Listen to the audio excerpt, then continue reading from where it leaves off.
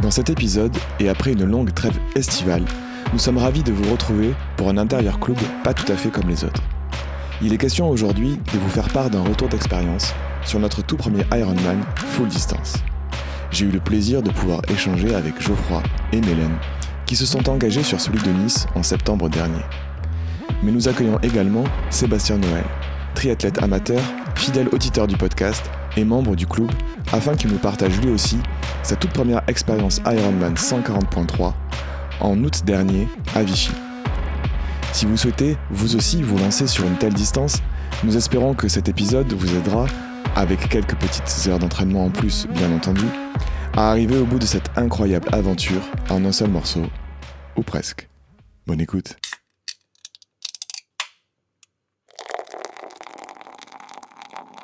T'as peur d'avoir mal.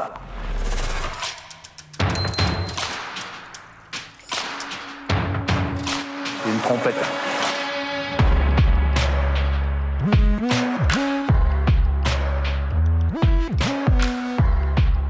Bienvenue sur le podcast Pinta Triathlon Club, le premier podcast français dédié au triathlon.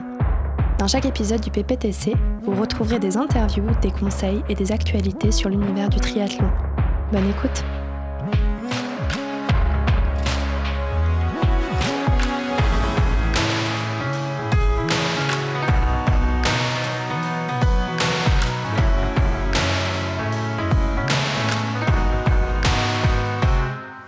Trois 24 dans les... Mais putain, même quand j'avais pèleriné, elle faisait ça, j'aurais craché dessus. Bonjour à tous et bienvenue sur le podcast du PPTC, le premier podcast français dédié au triathlon. Et on est de retour après quelques semaines d'absence. Nous sommes très heureux de vous retrouver autour du micro pour un épisode intérieur club. Cette fois-ci, on recommence après cette trêve estivale entre nous. Et un épisode qui nous tient particulièrement à cœur, car il explique en partie notre absence durant cet été. Aujourd'hui, nous vous proposons roulement de tambour.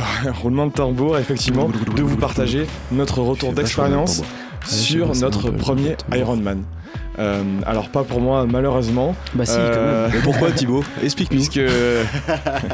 Puisque mon inscription est repoussée à 2022, mais j'ai la tienne. J'ai l'immense plaisir malgré tout d'accueillir 4 Ironman en l'honneur de Mélène. Attends, le dis pas encore, on n'est pas sûr.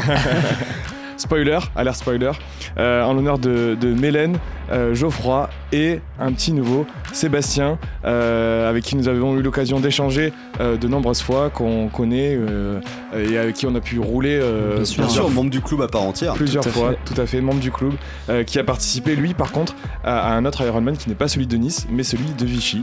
Bon, c'est pas sûr qu'il est fini, hein. Messieurs, on n'est pas là pour le voir. Messieurs, bonjour à tous.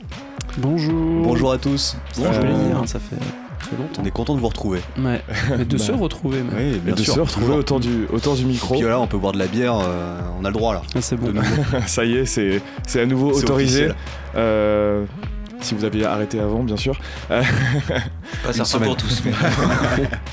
Bonjour Seb. On en profite bien sûr pour faire une dédicace à notre cher Olivier qui n'est pas là autour du micro puisqu'il part dès demain faire le Biking Man au Portugal. Mais qu'est-ce que c'est le Biking Man, Thibaut ? Ouais, c'est pas grand chose, c'est une petite sortie en vélo de quelques jours avec au total 1000 km à réaliser et 15 000 mètres de D+. Voilà. Je crois que l'objectif c'est de le faire dans une limite de 5 jours maxi. 5 jours. 5 jours. Oh. Facile. Donc malheureusement il n'est pas avec nous. Mais cœur avec les doigts mais voilà, on aura l'occasion de faire un épisode et de vous raconter un peu son expérience sur le Biking Man. Est-ce que ce serait pas la plus longue introduction de l'histoire ? Je crois que c'est la plus longue, mais ça fait très longtemps. La plus sympa aussi, hein. Ça fait... c'est vrai. Merci Gigi. Ouais, je t'en prie. Mais ça fait aussi très longtemps qu'on n'avait pas fait d'épisode, enregistré d'épisode, donc il faut le temps de se réadapter. Et on pourrait se la refaire même pour le plaisir, non ? non, je crois que ça va aller. On va pouvoir, je pense, rentrer dans le vif du sujet. Et parler de ce fameux Ironman, donc votre premier Ironman pour tous les trois. Et la question qui vient pour commencer un peu tout ça, enfin on a eu l'occasion d'en parler un petit peu dans les épisodes précédents quand on se préparait on a fait plusieurs essais de préparation pour l'Ironman. C'est la plus longue préparation d'un Ironman. C'est la 4e pour vous, Mélène et Geoffroy, c'est la 4e et dernière qui a été la bonne, si ça se Troisième trompe pas. Troisième pour toi, Ouais, Geoffroy 4e et Seb c'est que ma première, moi. C'est ma première, ouais. C'est ça, pardon. Parfait. Et donc la question qu'on peut se poser, bien sûr, c'est pourquoi se lancer dans un tel défi, puisqu'un Ironman c'est quand même pas un triathlon classique, on va dire, c'est un triathlon XL qui est très long, de l'extrême, de l'extrême. Alors il y a plus extrême encore. On a eu le premier épisode avec le Norseman. Si c'est quand même de l'extrême. Mais c'est quand même de l'extrême. On est quand même dans l'excès. On est un peu dans l'excès. Le Norseman n'est pas plus long, hein. Non. Oui. C'est vrai, sur le papier. On est sur 3 km 8 de nage, 180 km de vélo avec souvent du dénivelé, on va en parler, et un petit marathon pour terminer. Pour finir en beauté. Pour finir en beauté. Non, mais par rapport à l'extrême, c'est vrai que quand tu fais du triathlon depuis quelques années, que tu côtoies des gens qui en font et qui ont fait des Ironman, ça te paraît un peu être, pas la base, mais bon, t'as l'impression que c'est le commun des triathlètes qui fait un Ironman. Puis en fait, quand tu y repenses, tu dis, déjà un marathon tout seul c'est chaud, mais un marathon après grave. Tout ça c'est quand même un peu n'importe quoi. Et quand on parle à des gens qui font pas du triathlon, ils me disent mais t'es complètement fou en fait, pourquoi tu fais ça? Donc je pense que si triathlon de l'extrême c'est quand même... Oui, on peut dire que c'est un triathlon de l'extrême.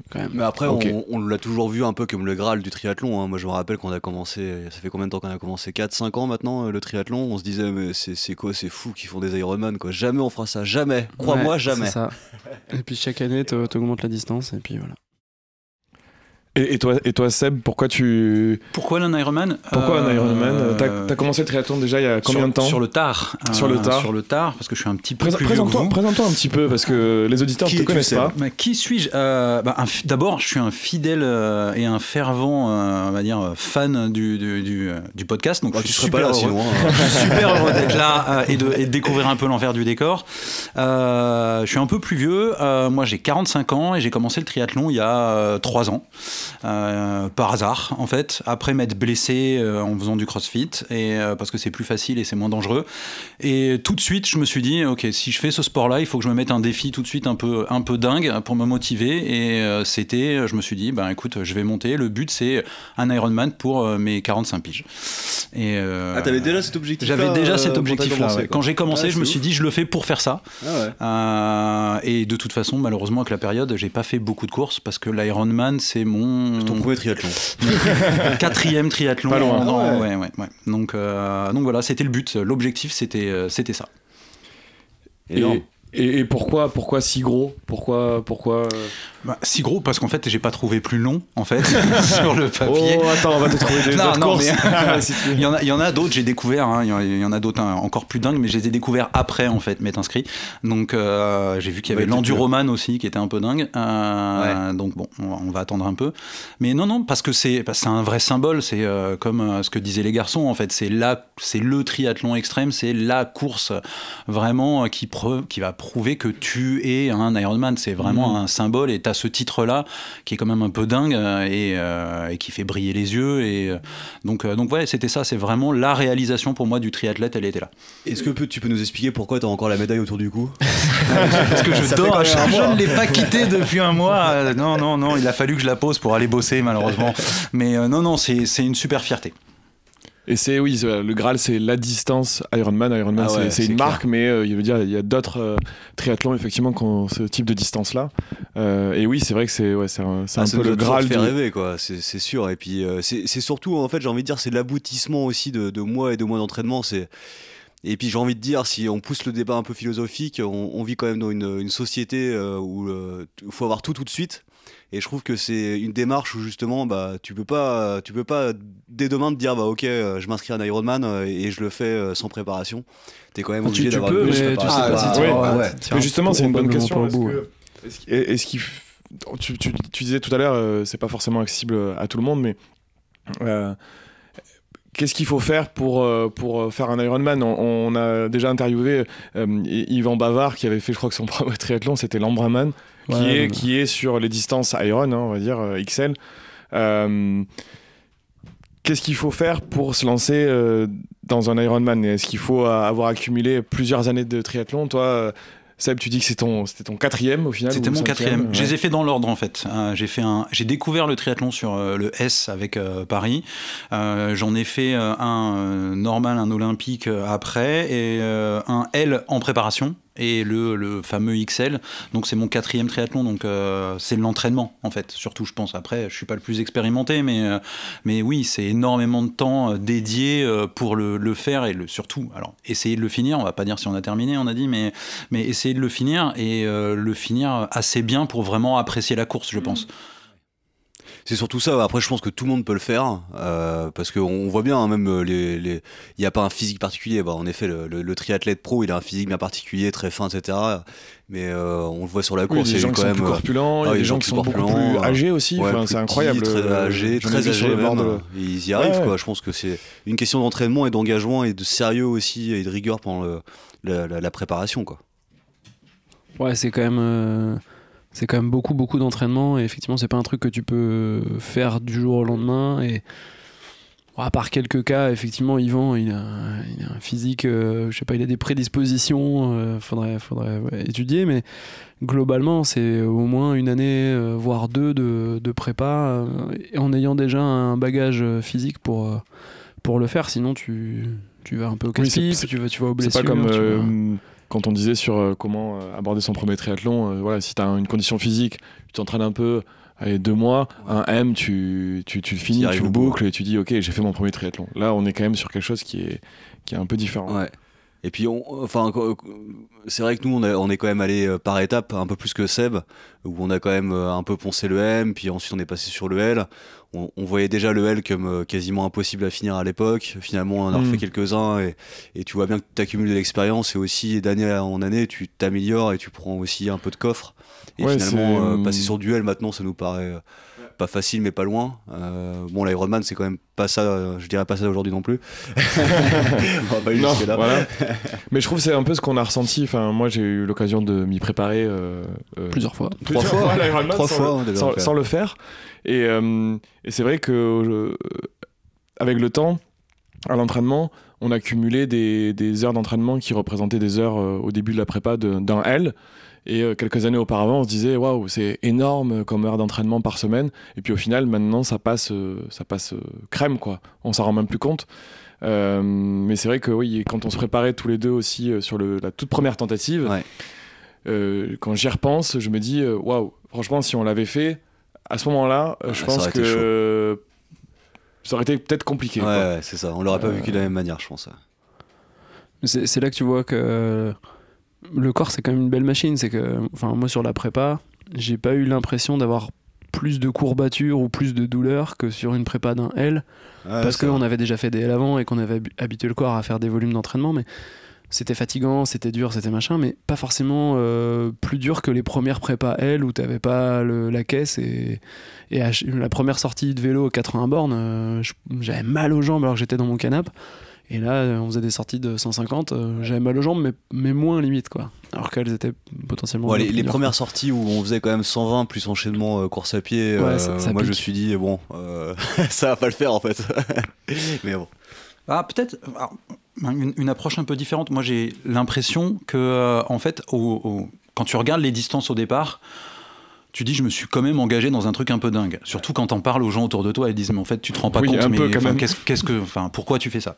Et effectivement, au fur et à mesure de ta préparation, t'oublies un peu. Moi, c'est mon cas, hein, j'ai oublié dans quoi je me suis engagé, et je me rendais plus compte, en fait. Il n'y a plus qu'à, quoi. Et en fait, parce que, tu le dis, tu fais des sorties longues et 90, 80, 120 en vélo, t'oublies un petit peu et t'accumules. Sans spoiler, moi, le moment où j'ai vraiment réalisé, c'est quand j'ai vu la longueur de la ligne d'eau aller des 3 km 8 de natation, je me suis dit, ouais, en fait, ça va être long. Mais à part ça, comme tu disais, Mélène, en fait, ta préparation, bien entendu, si tu l'as fait de manière raisonnable, ta montée en puissance, moi j'ai vécu ça d'une manière très confortable. Alors j'ai peut-être eu la chance d'être bien accompagné par quelqu'un qui me faisait mes plans de prépa, mais je me suis pas rendu compte en fait de ma montée en puissance sur 2 ans. Et c'est vrai que du coup, c'est surtout le regard des autres qui te permet de te rendre compte que c'est long. Ouais. Puis oui, c'est vrai que t'as mis tu t'es entraîné longtemps et t'as fait beaucoup de volume. C'était Très progressif, j'ai l'impression. Ouais, c'est ça. On va y rentrer dans le détail. C'était progressif parce que moi j'avais comme objectif normalement de faire un demi-format, donc un 70.3 sur le format Ironman pour l'année dernière. Bon, malheureusement, tout le monde sait ce qui s'est passé, il y a eu le Covid, donc il a été annulé et reporté, je le ferai l'année prochaine. Du coup, j'ai eu la chance de trouver une autre course pour pouvoir m'entraîner, mais ça a été très très progressif parce que moi j'ai pas appris à nager en fait, donc je me suis mis à nager comme ça. J'avais jamais fait de vélo avant de me mettre au triathlon, donc j'y suis allé comme un bourrin les premières fois, et même sur le S, je pense que j'ai jamais eu aussi honte de moi sur un S en course à pied. Je me faisais doubler par tout le monde, quoi. Même je pense que, bref, je raconterai pas parce que j'ai honte. Donc j'ai découvert comme ça. Donc après, le travail en fait te permet de prendre de la caisse, de te rendre compte et de voir ton corps qui change aussi. Donc, qui évolue musculairement. Musculairement et en perte de poids involontaire, tu te rends compte que ton corps s'adapte, comme disait Mélène, en fait, super bien à ça. C'est une belle machine, c'est ça que tu disais. Ouais, c'est une belle machine. C'est une très belle machine. Non, mais clairement, moi, je me rappelle de la prépa marathon en 2019. Où post-marathon je me suis dit mais quel enfer ce truc, jamais de la vie j'en refais d'autres et tout. Ouais, c'est clair. Et en fait là le marathon c'est juste une des épreuves. Je l'ai fait dans un Iron et le marathon de l'Iron c'est mieux passé que le marathon sec que j'avais fait. Entre temps il s'est passé 2 ans, beaucoup d'entraînement, mais voilà, si tu le fais progressivement, t'inquiète pas, tout va bien se passer, quoi. Mais je pense que ça c'est vraiment progressivement et pas brûler les étapes, quoi. Alors justement, on touche un peu du doigt l'entraînement et la préparation en amont d'un Ironman. On avait fait un épisode lors de notre première préparation l'année dernière. 2014 En 2014. En synthèse, on se prépare comment à ce type d'épreuve concrètement, volume d'entraînement, dans les 3 épreuves, etc. Grosso modo, je pense que pour synthétiser, je pense qu'il faut prévoir quand même 6 mois d'entraînement, dépendant de ton niveau sportif, mais au moins 6. 6 mois de plan d'entraînement, quoi. De plan d'entraînement. 4 à 6 mois de plan d'entraînement. Le dur du plan, c'est 4 mois, on va dire. Ouais, 3 mois, j'aurais dit. Les 3 derniers mois, c'est là où tu augmentes la charge quand même assez fortement, quoi.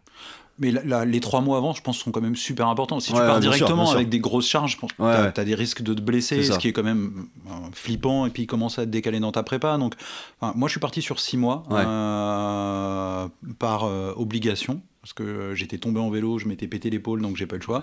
Oui, c'est vrai, je me rappelle. Mais les bases que j'avais acquis avant, elles n'avaient pas complètement disparu, on va dire. Mais je pense que 6 mois, c'est un minimum pour arriver à peu près serein, on va dire, et te permettre de faire une montée de charge douce. Moi, je pense qu'on a dû faire 5-6 heures par semaine pendant 1 an, pour regarder, avec les prépas annulés et tout, donc on continue avec un bon rythme. Et on a commencé à monter à 6-8, 4-5 mois, 5 mois avant, et puis début de prépa, tu commences à 10, au bout de, début de prépa. Dans les 3 derniers mois. Ah ouais, facile, même 4, je pense. Le but, c'est de commencer les 3-4 mois de prépa dans le dur avec déjà un peu de coffre. Beaucoup de coffre. Avec du renforcement musculaire, qui a été fait avant nous. Je sais qu'on avait fait un peu de renfort la première fois. On l'a fait un peu moins sur les dernières prépas, en tout cas. Mais tu es bien assez musclé, quoi. Ouais, ça allait. Nickel. Ouais, moi, pour moi, si je dois caricaturer, c'est une prépa d'1 an. Et pendant les 4 derniers mois, on était vraiment en charge. Mais le reste, pendant 1 an, on n'a pas arrêté, en fait. Entre la première annulation et la dernière, on a fait du sport toutes les semaines. Oui, mais ça, c'est un peu le concours de circonstances, quoi. Ouais, mais du coup, c'est ça aussi qui fait que la prépa s'est bien passée, je pense. C'est qu'on est arrivé en début de prépa avec déjà un bagage de 1 an où tu cours 2-3 fois par semaine, vélo au moins. Je pense, pendant 1 an, on faisait minimum 2 vélos, 2 runs et 2 piscines par semaine avant de commencer les 4 mois de prépa dans le dur, quoi. Et après, on a fait une prépa assez classique, nous on a fait, c'est-à-dire que 3 semaines de montée en charge. Semaine 1 où globalement tu fais, on va dire, 10 heures, semaine 2 t'en fais 12, semaine 3 t'en fais 14, après tu fais une semaine de récup active entre guillemets. On essaie d'avoir ces cycles là, et c'est vrai qu'après, comme disait Seb, l'objectif c'est que tu arrives aussi 3 mois avant la prépa à augmenter ta charge avec 12-14 heures de sport par semaine. Donc c'est vrai que si tu commences de rien et tu passes à 14 heures direct, ton corps il dit non, et là tu te blesses. C'est pas possible. Et puis après, c'est comme tout, hein, c'est pas des excuses ou quoi que ce soit. Mais enfin, on était quand même sur une période où on pouvait pas trop aller nager. Ouais. Donc on a quand même, je pense, eu un gros focus vélo course à pied. Ouais. Home trainer. Donc le home trainer a bien chauffé. Donc après, enfin, ça a été. Alors après, on partagera tous nos temps et nos superbes performances après, mais non, ça aide très clairement. Et moi, je pense que s'il n'y avait pas eu tout le travail foncier fait avant, ces 6 derniers mois, ça aurait été difficile. Moi, je sais que c'est pas possible de partir directement sur un 10 heures d'entraînement comme ça à froid, et je le conseillerais à personne. Bah oui, bien sûr. Ta montée en puissance, elle est importante, et c'est ce qui te permet d'être confortable. C'est ce qui permet d'être confortable et pas te rendre compte que tu te fais mal sur la durée. Tu te fais mal sur tes sessions un peu intenses, mais sinon, tu te fais pas mal sur la durée. Ouais, non, et au final, le fait qu'il y ait les piscines fermées, c'était pas plus mal de concentrer pas mal sur le vélo, parce qu'on dit toujours que sur un Iron, il faut être quand même solide en vélo, parce que le but c'est de poser le vélo et avoir les jambes fraîches pour commencer, enfin fraîches entre guillemets. J'adore ce concept. On m'a dit, il faut que tu finisses la natation, que tu sois frais. Il faut que tu finisses le vélo, que tu sois frais. J'ai envie de dire, attendez les gars, c'est 3 km 8 et 180 quand même. Donc si j'arrive frais, c'est que... ou sinon j'ai mis beaucoup de temps, ou il faut que je change de sport. Mais non, bien sûr. Après, franchement, moi j'ai quand même bien regretté que les piscines soient fermées, on va pas se mentir. Oui, évidemment, il aurait été préférable de nager beaucoup plus, mais... Je pense que c'est moins handicapant la piscine fermée que pas de vélo, clairement, pour ta prépa, c'est sûr. Ouais, pour finir l'Iron, c'est compliqué. Après. Ouais, la natation, c'est... même si tu nages pas très bien, c'est moins de 2 heures. Donc c'est pas la grosse partie. Donc, voilà, si t'arrives à faire de la brasse, tu t'en sortiras en natation. Par contre, vélo et course à pied, effectivement, t'es pas sûr de finir, quoi. C'est vrai. Mais bon, les piscines fermées, c'était pas rassurant. Le vélo vaut mieux capitaliser dessus, en effet. Ouais. Parce que c'est quand même l'épreuve qui dure le plus longtemps, forcément. Ouais, avec clairement. 180 bornes, donc c'est vrai qu'on a eu la stratégie aussi de capitaliser beaucoup sur le vélo, que ce soit sur des home trainers, des sorties longues. Et je sais que moi, personnellement, c'était pas du tout mon point fort. Et ce qui m'a vraiment aussi fait t'as vachement progressé. Mais c'est la montagne en fait, parce que la haute montagne. On va faire un épisode, dédié. Mais c'est clair que entre le triathlon de l'Alpe d'Huez, l'école de l'Alpe d'Huez du Galibier, du Lautaret et les cinglés du Ventoux qu'on a pu faire aussi avec Mélène, avec l'ascension du Ventoux 3 fois en une journée. Là, tu te dis, après avoir fait ça, finalement, l'Iron, ça devrait pouvoir le faire avec. C'est vrai que vous avez bien cumulé cet été. Vous avez bien cumulé cet été. Toi, moi, au contraire, qui n'ai pas roulé plus que ça et pas fait de col, alors qu'il y avait pas mal de D+ à Vichy. Moi, ce qui m'a sauvé la vie, c'est le home trainer, quoi. Alors, c'est chiant, on va pas se mentir, mais par contre, moi, ça m'a vraiment sauvé. Pouvoir rouler pendant le confinement, quand il pleut, il neige, et se mettre du volume, moi, c'est ça. Et travailler des exercices spécifiques sur tout, ouais. Et puis avec les watts, même te permettre de faire entre guillemets de la caisse, session quali, de faire du quali et travailler. Le home trainer, c'est un très bel outil quand même. C'est un très bel outil aussi. Et justement, est-ce qu'il y a des entraînements ou des sessions particulières que vous avez fait durant votre prépa qui vous ont aidé à progresser? Vous êtes dit, là, j'ai franchi un palier, là, je me suis rassuré dans ma préparation. Rassuré, c'est les sorties longues. Les sorties longues en vélo. Ouais, clairement. Le D+, tu parlais aussi de la haute montagne, se rassurer avec le D+. Ouais, c'est vrai que l'Alpe d'Huez, une fois que tu l'as passé, tu te dis... Il est très dur, très dur. Très dur. Tu te dis que Nice, col de Lècre, côté ça va aller. Je vais le tordre, le col de Lècre. Ça va bien se passer. Et puis après, je sais que les dernières sorties, on avait fait un enchaînement 90 et 25, je crois, de course à pied. Ouais, c'est ça, ouais. Et quand les 25 sont bien passés, je me suis dit, ok, l'Iron, ça devrait aller. Avec de la récup, avec tout ça, ça devrait aller. Mais ouais. Et puis, mine de rien, on a eu la chance aussi, entre guillemets, de le faire, nous, mi-septembre, la Ironman de Nice. Donc, on avait quand même les vacances, les vacances qui étaient dédiées au sport, donc c'était des vacances particulières, mais... Pour le coup, j'ai pu faire aussi beaucoup de vélo et des sorties quasiment équivalentes à ce qu'on allait faire pour l'Iron. Et puis une fois que tu les valides, tu te rassures, quoi. Ouais, tu te rassures ou pas, parce que le premier 170 bornes, 180 bornes que j'ai fait, je suis arrivé en PLS chez moi. Je me suis dit putain, mais comment je vais faire pour faire un marathon derrière? Tu te dis c'est chaud, mais bon, au moins tu l'as passé. Ouais, il y a des petites séances comme ça qui te rassurent un peu et qui... Oui, celle où on était en vacances tous les deux, ça t'a fait... C'est moi qui vous ai donné la trace 150 km de vélo, non 145 140, ouais. Puis après t'es allé courir derrière, je crois, c'est ça? Celle-là était pas mal. Ouais. Elle était pas mal. Il faisait très très chaud. C'est dans le sud de la France. Ouais. À cette époque-là, il faisait très très chaud. Et tu disais, les vacances, ça aide pour s'entraîner. Bon, Mélène, en l'occurrence, c'était une semaine de vacances entre potes. C'est délicat à gérer. Hein. Tu gères le mental, là. Ouais, je pense que tu travailles. Il était en S3 beaucoup. en plus. Donc, tu vois, nous, à boire des bières, à bord de la piscine. Allez, viens, Mélène. J'arrive, je reviens dans 7 heures. Et après, je bois tout le fût. Et toi, Seb, t'as eu des séances un peu, des trucs particuliers qui t'ont aidé à progresser, des enchaînements, peut-être vélo, course à pied aussi? Sincèrement, je pense que c'est la globalité en fait qui m'a aidé à progresser. J'ai pas, à part 15 jours avant où j'ai fait mon premier 180 km de vélo, où j'ai tout testé en fait. J'ai testé le vélo, la trifonction, presque tout. J'avais oublié de tester le porte-dossard, mais bon, c'est vrai que tu penses pas à le prendre quand tu vas partir comme ça sur la sortie vélo. T'es le seul gars sans dossard, mais avec la ceinture. Mais sinon, et en fait, là, je me suis dit, ça va vraiment être dur, parce que je les ai fait tout seul, les 180 bornes. J'étais à une très belle région au sud de la France. Montpellier, voilà. Évidemment. Mais non, là, ça a été très très dur. Le coach qui m'accompagne m'avait dit, il faut que tu descendes du vélo frais.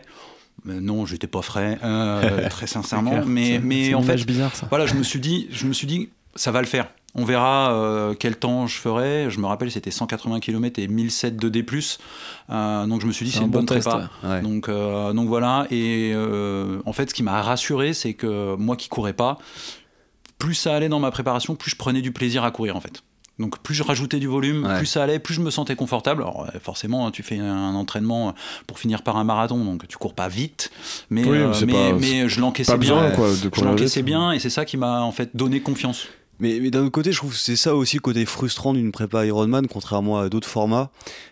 C'est que tu joues pas sur la vitesse, donc tu te vois pas forcément progresser d'une session à l'autre. C'est plus sur le ressenti post-entraînement où tu te dis, bon là je l'ai un peu mieux encaissé, je suis pas trop fatigué, etc. Mais tu vois pas une progression comme quand tu t'entraînes sur du M ou du L. Et puis t'as moins de on est sur un effort long aussi. Tu vois, pour le coup, sur un half ou sur un M, t'as déjà fait toutes les distances. Sur un half, sur le vélo, c'est 90, tu vas t'entraîner autour des 90, c'est ça. Tu vas faire du 15, 17 bornes, t'es pas loin de la distance, donc tu visualises. Là, tu le fais pas en fait. Là, sur le marathon, sur l'Iron. Non. Ou à la fin totale. Même pas. Moi, c'est mon premier marathon. Le premier marathon que j'ai couru, c'est celui de l'Ironman. Je savais pas ce que c'était. La plus grosse distance de course à pied que j'ai faite sur ma prépa, c'était 26 km. Il t'en reste un peu quand même. 26 aussi. Et j'avais pas couru plus. Non mais comme vous disiez, en fait, c'est presque frustrant pendant ta prépa marathon. Sur la course à pied, parce que sur le vélo, tu peux sortir et t'éclater. Et quand on sortait ensemble, prendre des pancartes, ou moi je me souviens, mes plus gros scores. À prendre des relais un peu durs, quoi. Mes plus gros scores, scores de puissance, c'est des sorties Zwift qu'on avait fait ensemble pendant le confinement. C'est historique encore. Mais non, mais c'est vrai que de temps en temps, c'est un peu frustrant parce que tu dis, j'aimerais bien courir plus vite. En fait, et est-ce que je peux pas aller chercher plutôt du 5 au kilo que du 5,30? Et moi j'avais mon coach qui me disait non mais en fait c'est un marathon que tu vas faire, donc ça sert à rien parce que si tu veux courir en 5,30, tu vas faire 3 km et puis après tu vas marcher, et puis si tu as envie de mettre 8 heures pour finir ton Ironman, c'est une connerie. Donc, tu vas exploser, ça sert à rien, quoi. Donc voilà, donc ça te fait travailler une partie de ton mental en te disant ok, mon objectif c'est un marathon après 180 bornes de vélo et 3 à pied, donc tu t'y fais, tu travailles sur la distance et tu fais du coffre. Après, franchement, une fois que tu l'as réalisé, c'est autre chose, mais non, c'est une grosse préparation, c'est un investissement, et j'en profite pour dire que c'est aussi un investissement pour toute la famille, hein, parce que les heures d'entraînement, et comme tout à l'heure, c'est Mélène qui disait... Et justement, je voulais venir, ouais.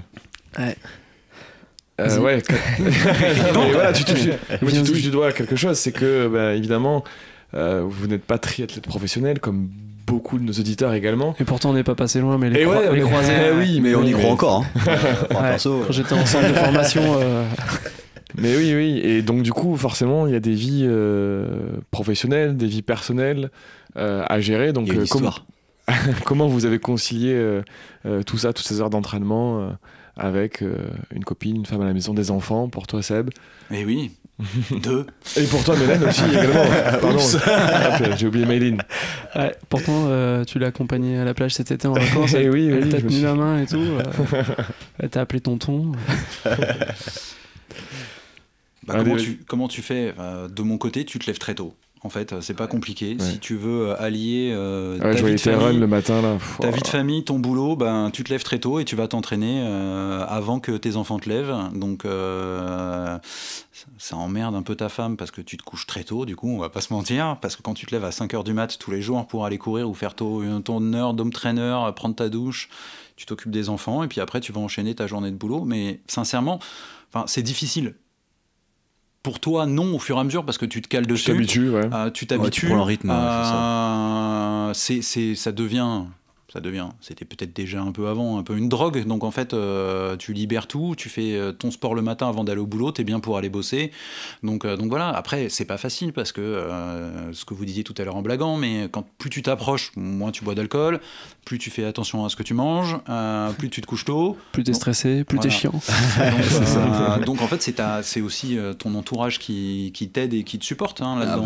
C'est l'Ironman de la famille, là, après. C'est clair que c'est un projet global.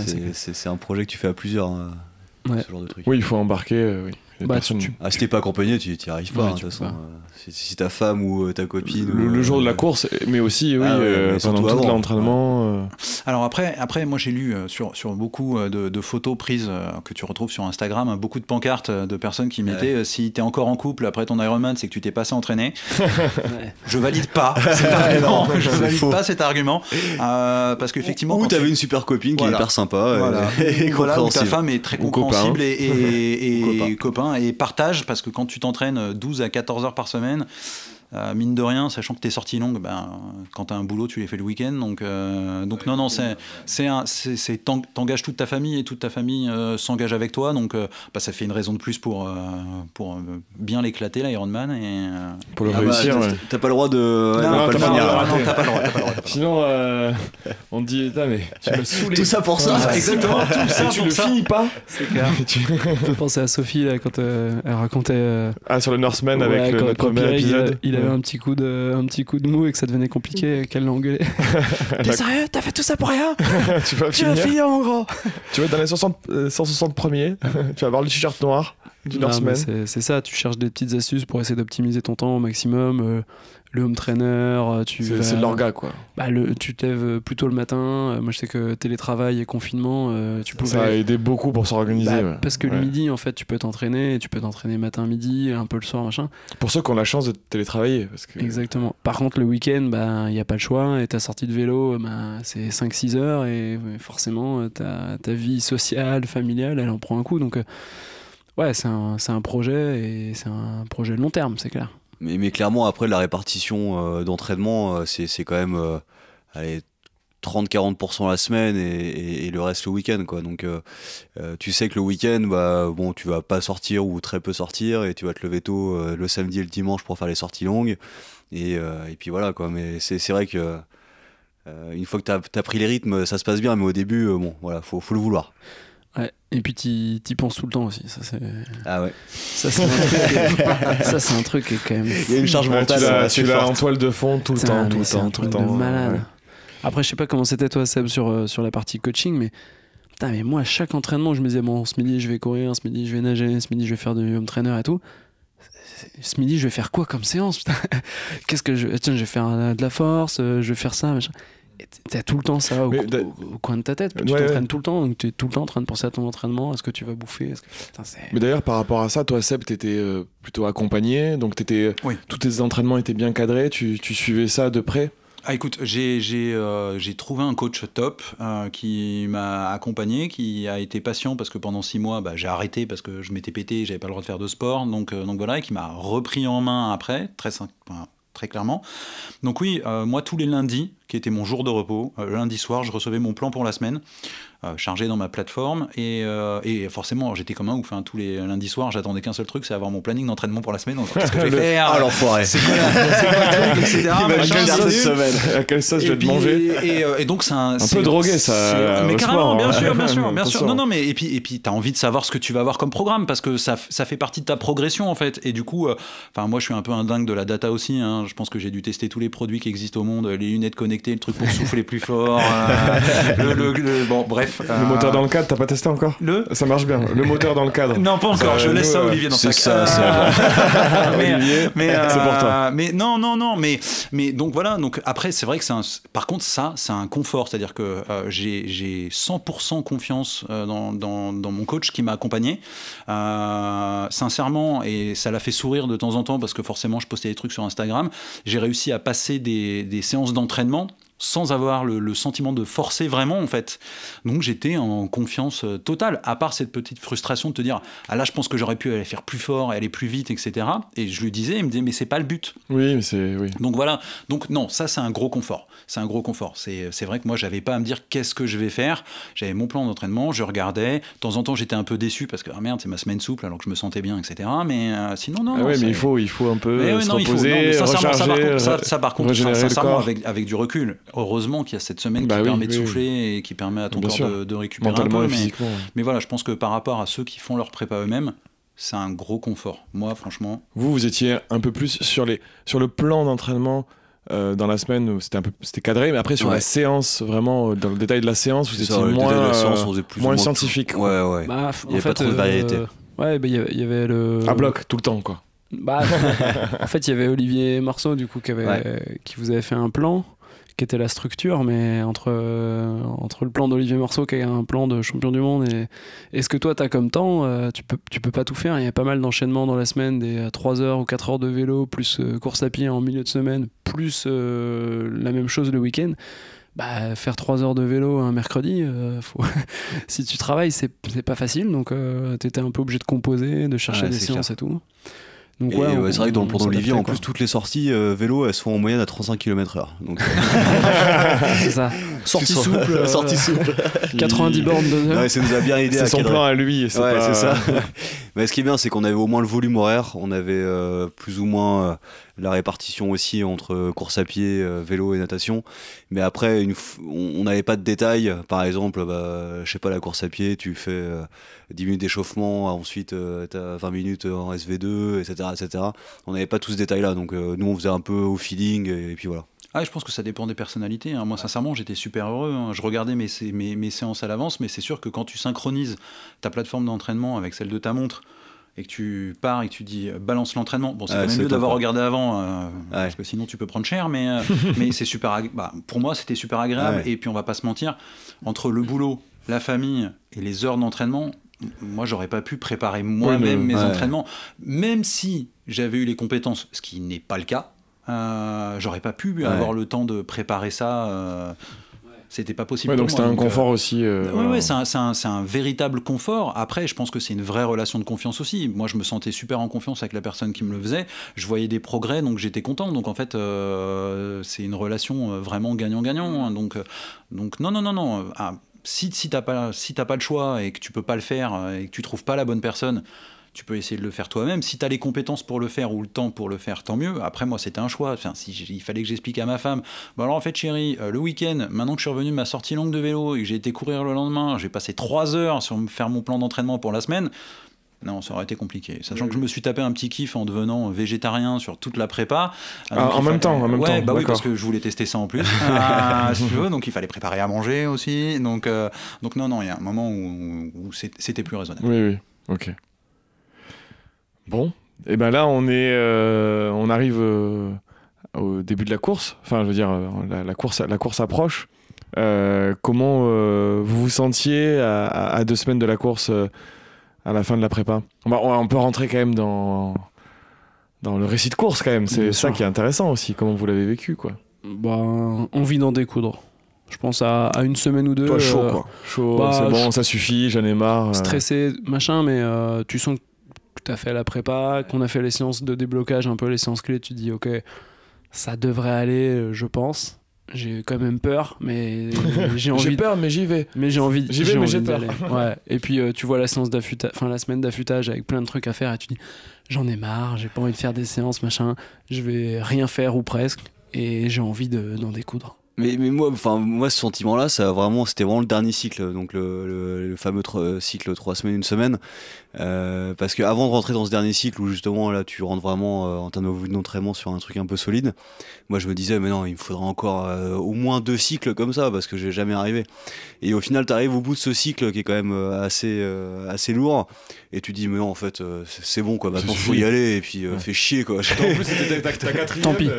Ah ouais c'est ça. Non mais tu te dis c'est bon maintenant faut y aller et puis c'est tout. Je sais pas c'est pas encore un cycle qui va me permettre d'être meilleur ou c'est bon. Allez, les dés sont jetés, il faut y aller quoi. Ouais. Non mais il arrive un moment où t'es à la fin de ta prépa, il faut que tu fasses ta course quoi. T'es fatigué, il y a un moment et puis c'est 6 mois d'entraînement à monter en charge à 8, 9, 10, 12, 14 heures d'entraînement, il y a un moment il faut que tu la fasses cette course quoi. C'est pas possible. Enfin mentalement il faut que tu passes à ça. Donc sachant que t'as un autre stress qui arrive, en tout cas moi de mon côté qui était est-ce que j'ai bien pensé à prendre toutes mes affaires. Donc non, il faut y aller quoi. Le classique. Prêt pour la bagarre. Alors maintenant, on est à quelques jours de la course. C'est l'heure du départ. Préparer le matériel. On y est.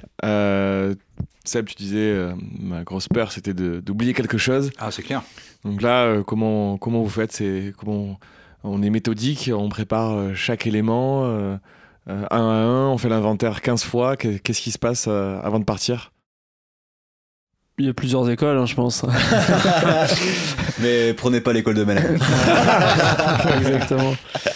Bah ouais, moi j'ai eu beaucoup de galères avant, donc du coup c'était un peu freestyle. J'ai pété une roue dans le Ventoux, donc il a fallu que je trouve un système D, hein, clairement. On en parlera. Donc ouais, j'ai récupéré des roues grâce à l'ami d'Ansac qui m'a prêté ses roues à boyaux. J'avais jamais roulé avec des boyaux, donc j'ai... Boyau à moteur.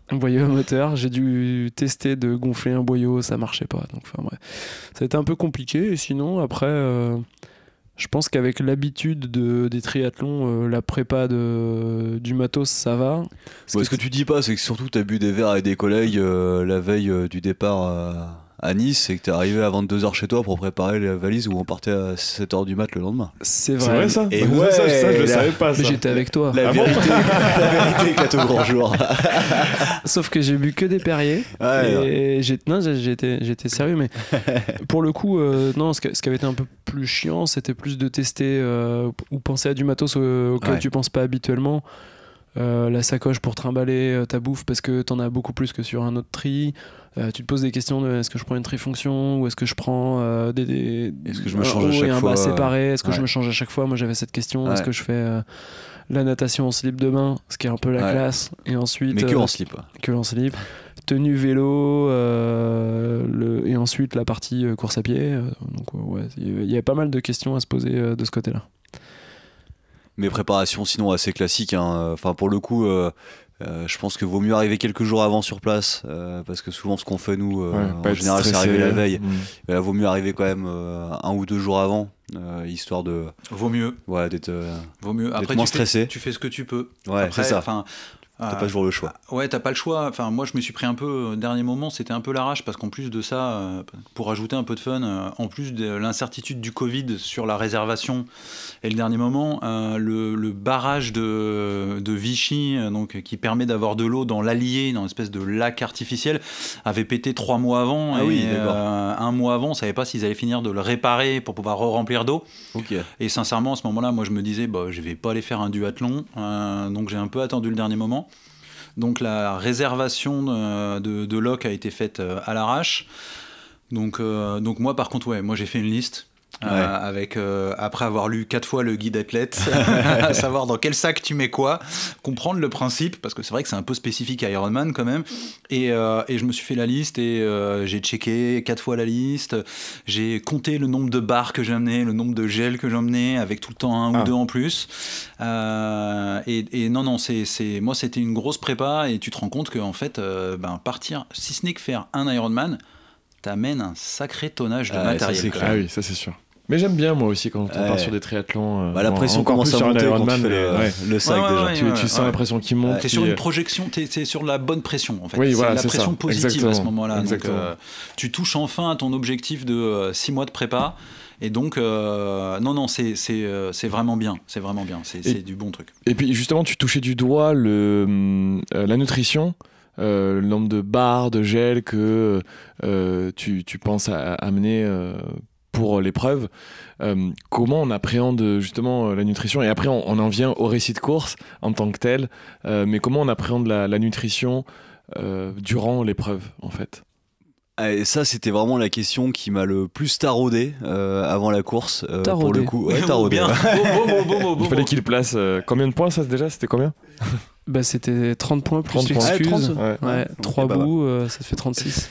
Non, mais c'est vrai que moi, j'ai toujours la crainte d'être en hypo. Je me rappelle de sorties vélo où quand on a déjà connu une hypo, tu sais qu'il faut surtout pas que ça t'arrive le jour de course, parce que là, tu sais que ta course, elle est finie. Et une hypo, c'est-à-dire l'hippopotame. Tout à fait. Merci. Plus de glucides, donc du coup plus d'énergie, t'as des frissons, t'as plus de jus, t'es KO, et là tu sais que ta course s'arrête.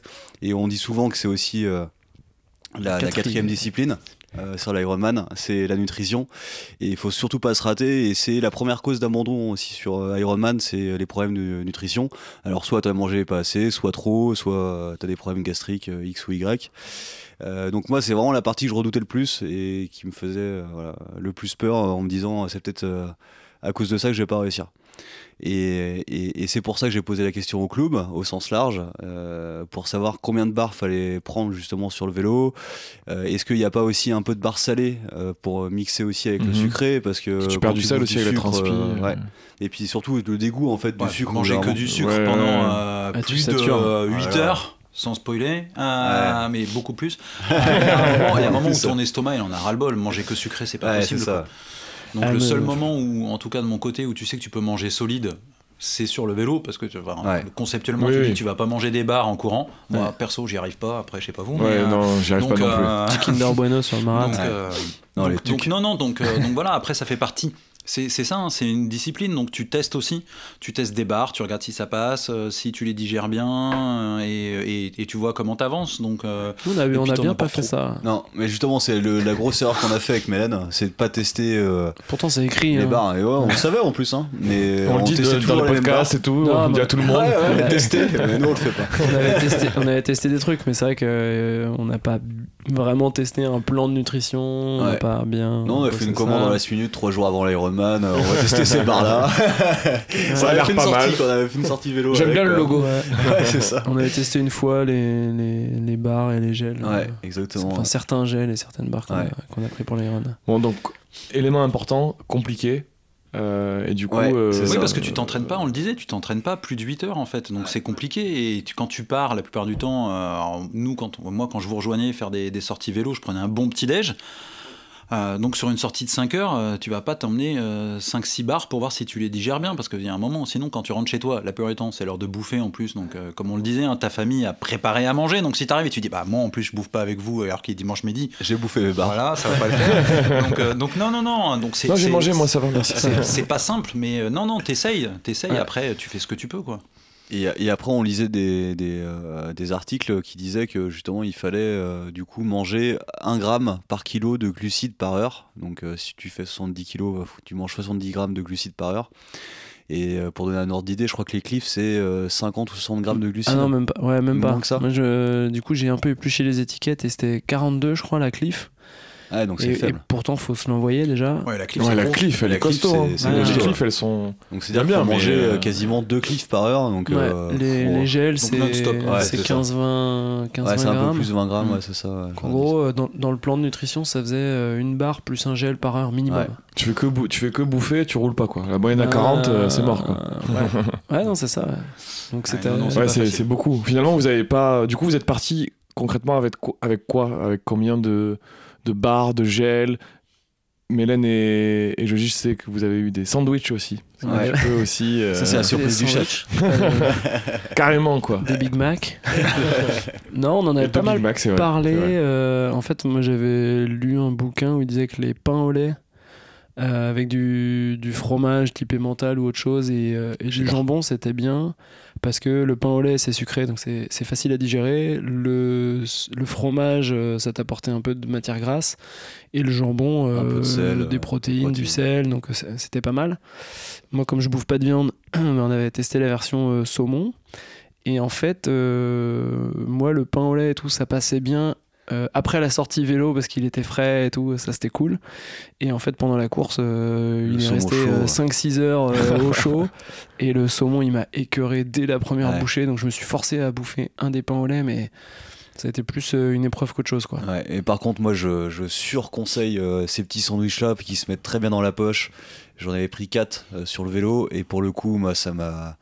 C'était après le col de l'Aicre, je me suis dit c'est la petite récompense, mais j'étais comme un ouf, j'avais l'impression de manger le meilleur sandwich de ma vie, quoi, parce que tu t'es bouffé quand même quelques barres, quelques gels avant, et là tu passes enfin sur un peu de salé, et clairement ça a tout changé. Petit tips, papier d'alu c'est pas ouf parce que quand tu fais une boule et que tu le mets dans ta poche, ça pique. Ouais, c'est vrai, ça fait un Préférez le cellophane. Ouais. Ça fait Thibaut qui nous a acheté mal au dos. Ça fait mal et au dos ou un peu au fessier si tu mets trop bas dans ta poche. Trop bas dans la fonction, c'est pas génial. Voilà. C'est pas génial. Et acheter une petite sacoche à mettre sur le cadre pour mettre tout ça. Pour embarquer toute cette nutrition. Mais on n'y pense pas, hein, mais la logistique de la transformation de ton vélo pour l'Ironman, moi j'étais parti, alors j'avais pris beaucoup trop de barres, parce que je pense que j'avais pris une bonne quinzaine. Ah oui, j'ai dû en manger la moitié. Pour les copains.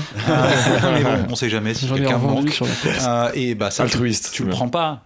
C'est pas la quantité que tu prends habituellement, donc il faut que tu trouves ce qui va bien dessus. Alors même si tu vois, certains sont super malins, ils scotchent ça avec un art assez sympathique sur leur vélo, mais non, il faut penser à ça aussi dans la préparation. C'est comment t'amènes tes barres et tes gels si tu prends tout sur toi.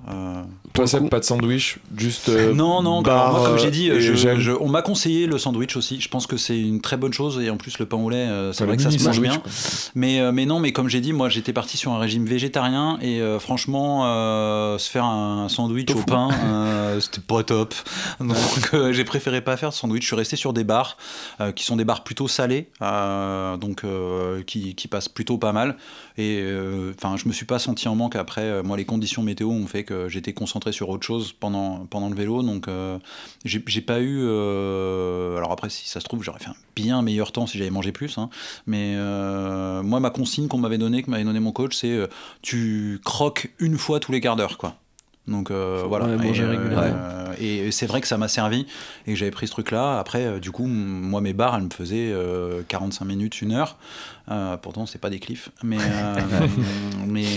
donc non, mais c'est important, c'est important de faire attention à tout ça.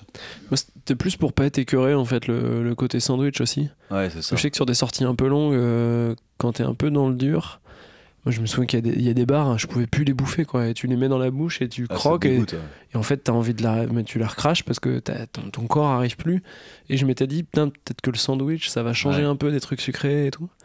Et du coup, c'était un peu cette alternative. C'était pas forcément que pour l'apport, mais aussi pour se dire il me faut autre chose psychologiquement. Mais c'est clair, c'est sandwich. Clair. Mais et pour les coups, les barres salées, en effet, Baou, on les citait, ça marche quand même bien. Je savais pas qu'on avait le droit de faire de la pub. Il faut citer Baou nous rémunère tellement cher. Non, mais bon, c'est un très bon choix. Il y a plein de parfums différents, et c'est vrai que c'est chouette de pas manger tout le temps la même chose. Ce que tu fais pas le long de l'année, parce que tu trouves une barre que t'aimes bien, tu la prends, tu la mets tout le temps avec toi, et tu manges tout le temps le même truc. C'est vrai que là, sur tes X heures de vélo, 180 km, pouvoir manger un truc un peu différent, c'est bien. Et puis après, tu sais que sur le marathon, de toute façon, tu vas manger que des gels. C'est ça. C'est jamais un gros kiff, donc c'est vrai. Un gros kiff ? Ah non, pardon. Non, mais voilà, pour synthétiser, en effet, je pense qu'il faut prendre 7 à 8 barres sur le vélo, quelques gels. Pas beaucoup. 10 gels comme Mélène. 10-12. Vaut mieux trop que pas assez. Après, il y a les ravitaux. On oublie de le préciser. Il y a aussi les ravitaux sur. Il faut tester la nutrition tout au long de la course, évidemment. Parce que pour le coup, moi, j'avais pas pris de gel avec moi. J'ai pris que ceux du ravito. La grosse erreur qu'on avait faite avec Mélène, enfin en tout cas que moi j'ai faite aussi. De façon certaine, c'est de ne pas prendre les pastilles nutrition avec moi. Les pastilles pour mettre dans l'eau, avec des électrolytes, des sels minéraux, pour hydrater davantage. Ouais, c'est ça. Et puis pour avoir un peu de sucre pour que l'eau, tu l'intègres au mieux. Moi, j'avais pas pris ça, je les ai oubliés à Paris, donc je pouvais pas les prendre dans tous les cas. Et j'ai dû prendre le fameux Gatorade, c'est ça, sans les citer. Je pense qu'il faut qu'on en parle. Gatorade, c'est dégueulasse. Pour moi, c'est Non, mais je m'insurge, je suis désolé. Je suis à Vichy, c'était pas le même. Moi j'avais le bleu. Alors effectivement, quand tu te rends compte. C'est quel goût bleu? Parce que c'est pas très naturel. Tu sais pas, mais en fait, l'avantage, c'est que comme ils te le donnent dans une gourde sur les ravitaux, tu sais pas que c'est bleu. Tu te rends compte que c'est bleu quand t'arrives et que tu vides la gourde. Mais non, en tout cas, celui de Vichy était peut-être pas le même. Mais est-ce que c'était Gatorade ou est-ce que c'était autre chose? C'était Gatorade. C'était Gatorade. Et moi, la gourde était bien passée parce que c'est vrai que t'as des ravitaux, mais c'est pareil. Si tu testes pas ce qu'ils te donnent aux ravitaux. Tu peux te retrouver. Alors c'est bien fait, en tout cas sur Ironman il y a des toilettes, mais je déconseille. Non, pour moi Gatorade c'est des trucs de sport américain, donc c'est surprenant quand même les boissons énergisantes sur un effort aussi long comme ça, je sais pas. Moi je fais du Red Bull, je fais du basket, donc avec la NBA t'en vois de partout. Et j'en ai souvent bu après l'entraînement. Et en fait, ça passe bien si tu bois quelques gorgées de Gatorade, il n'y a pas de souci. Là, t'en bois dans un effort long, c'est ultra sucré, c'est écœurant. Et je suis désolé, c'est pas un truc de sport longue durée, c'est un truc sur un effort d'1 heure, ça va. Je sais pas comment c'était sur Nice, mais sur Vichy, ils distrabuent aussi du Red Bull. Hein. Ouais, au marathon. Donc, histoire de claquer, tu vois, faire un arrêt cardiaque. Pour le coup, j'en ai pris. Je comprends mieux les perfs, en fait. Sur le vélo, c'était dur. Il vaut mieux en tout cas embarquer sa nutrition. Ouais, exactement. Et penser aux pastilles. On peut compter sur les ravitaux, mais pas à 100%. Il vaut mieux venir équipé. Et ce qu'ils disent toujours, c'est des choses qu'on connaît. Voilà. Tester. On peut tester la nutrition qu'on va prendre, bien sûr, mais aussi tester potentiellement. Ouais, exactement. Et tester aussi la nutrition qu'ils vont distribuer sur la course, parce que tu on sais sait pas jamais forcément. Ils disent les marques. Si sur Ironman ils te le disent. Ils nous ont pas dit que le Gatorade sera était au goût clémentine. Ils ont pas dit le goût. C'était pas du tout clémentine. C'était clémentine. Ouais.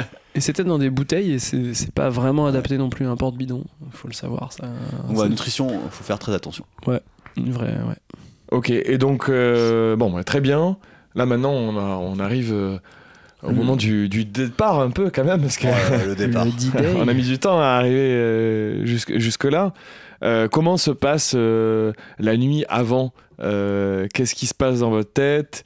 Ça y est, vous êtes à une courte nuit, je pense, de l'épreuve de partir. Qu'est-ce qui se passe dans vos têtes à ce moment-là? Je laisse Mélène raconter la nuit qu'on a passée. Moi j'ai eu mon classique à J-2. Enfin, ça peut m'arriver à J- ou J-2, c'est que je rêve que j'ai fait la course. Donc j'ai tu te projettes déjà, quoi, non, mentalement. En fait, je me réveille en me disant ça y est, j'ai fait la course. Ah, c'est bien. Et je me dis putain, ça y est, la bravo, course c'est fini. C'est bien. Hop là. C'est bon. Et puis après j'y repense et je fais putain, je me souviens pas du départ, je me souviens pas de la course. Et je me dis ah putain, c'est vrai, c'est pas aujourd'hui. Ça a pas eu lieu encore. C'est vrai.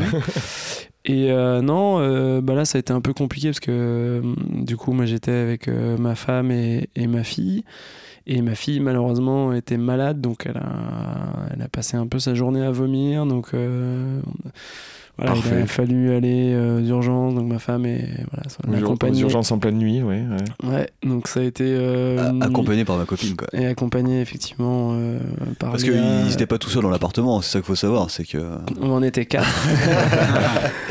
On était 4 et ouais, du coup. L'esprit club, quoi. L'esprit club, jusqu'au bout. Exactement. Et non, franchement.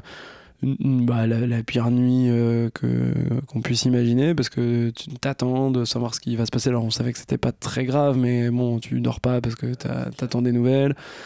Du coup on avait décidé de prendre la même chambre pour essayer de dormir, ce qui était pas forcément une mauvaise idée, mais du coup on a dormi 2 heures, je pense, la veille. 3 heures, ouais. Ouais, moi je discutais avec ma femme pour voir quelles sont les nouvelles. Elle captait pas bien, donc elle m'en donnait pas tout de suite. Puis bon, elle avait autre chose à faire que de m'envoyer des textos, donc ouais, je pense qu'on a dû s'endormir à 1 ou 2 heures du mat, réveiller à 4, à 5, à 5h30, à 6, même pas. Ah non, mais on s'est levé à 4h. On est parti à 4h30, je crois. Donc ouais, non, on a dû dormir 2 heures. Donc ouais, franchement, un bon repos. Je passais une bonne nuit aussi, moi je dormais dans le salon, je passais une bonne nuit aussi, c'était sympa. Quand je me suis levé pour aller pisser, tu dormais bien. Non, la nuit, ouais, très, très mauvaise nuit, mais ça fait partie du jeu. Moi, je sais qu'à un moment, vers 2h du mat, là, je me suis dit, bon, bah de toute façon, elle a passé sa journée, elle est malade, donc ça doit être une gastro, donc je vais la choper là. Ouais, c'est ça, c'est la crainte aussi. Sympa, sur la course. Et puis, et le stress de ça. Ouais. Ma mère qui était au courant, qui me disait, oui, bon, bah, on espère que Mélène sera pas malade dans la nuit. Putain, quel enfer. Donc je me suis dit, la bonne nouvelle, c'est qu'il y a le marathon de Paris en novembre. Au pire, la prépa, elle pourra servir à quelque chose. Donc j'étais déjà en train de me dire, de toute façon, je vais pas courir demain. Donc un tourbillon quoi. Ouais, donc bon, Mélène et Joji, pas une bonne nuit, très courte. Et toi, Seb, t'étais en famille aussi. Bonne nuit. J'étais en famille aussi. Ma femme et mes enfants m'ont accompagné, mais non. Écoute, moi j'ai passé une bonne nuit, une nuit normale d'avant-course, c'est-à-dire que t'as du mal à t'endormir, que tu mets ton réveil très très tôt et t'essayes de pas faire de bruit parce que de mémoire je m'étais levé à 3h30. Ah oui. Et parce que moi je suis parti tôt, hein. Le départ c'était 6h30, les premiers qui partaient. Donc j'étais à 35-40 minutes à pied de la zone de départ. Donc tu te lèves, tu prends ton petit déj, tu te prépares.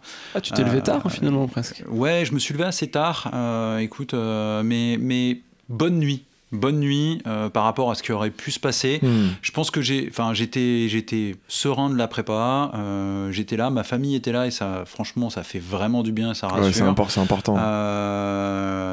Après, des petits trucs à la con, c'est je me lève, je me suis dit, mais comment est-ce que je vais me mettre les superbes tatouages moi-même Tu les as mis la veille ou Non, je les ai mis le matin même, parce que je voulais pas qu'ils s'enlèvent. Je l'avais dit, je voulais pas qu'ils s'enlèvent. C'était un gros débat, ça. Je suis parti, puis au bout d'un quart d'heure, je me suis rendu compte que j'étais parti sans masque. Donc je me dis, c'est pas grave, je vais faire demi-tour. Bah non, on n'avait qu'un jeu de clés, parce que la location n'avait qu'un jeu de clés. Donc je me suis dit, je vais jouer l'idiot en arrivant, ils vont quand même pas me refuser l'entrée du parc. Oui. Mais non, une bien meilleure nuit que ce que je pouvais imaginer, sincèrement. Ok. Ouais, nous l'inverse. Ouais. mais vous étiez... vous êtes... Au panache. Au panache, bien sûr. 3,24. Oh. 3,24, tu vas aux Jeux Olympiques, tu fais quoi? Tu vas conduire le car là-bas? Et c'est ainsi que s'achève la première partie de cet épisode, consacré à un retour d'expérience sur notre premier Ironman full distance. Pour écouter le récit de course de Geoffroy, Mélène et Sébastien, il faudra patienter un peu. Rendez-vous très prochainement pour la deuxième partie de cet épisode, ou comment survivre à son premier Ironman 140.3. À très vite, et n'oubliez pas que l'important, c'est le club, bien entendu. J'en ai marre d'entraîner des cons, sans déconner, je te jure.